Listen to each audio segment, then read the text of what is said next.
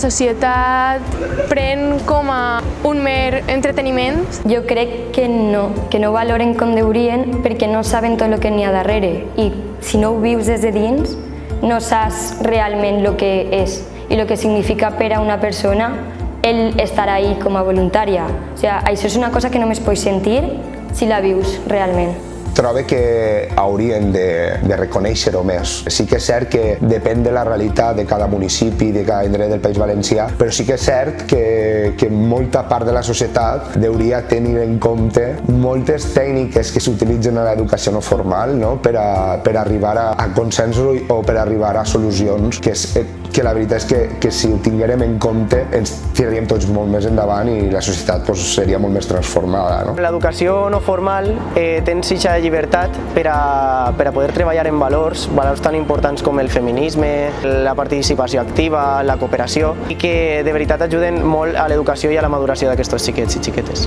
Creo que hay personas que sí y todo el mundo que haya hecho uso de este tipo de espacios lo valoran, pero creo que hay un desconocimiento general y un sistema que hace perdurar y fortalecerse la educación formal frente a la educación no formal en lugar de conjuntamente.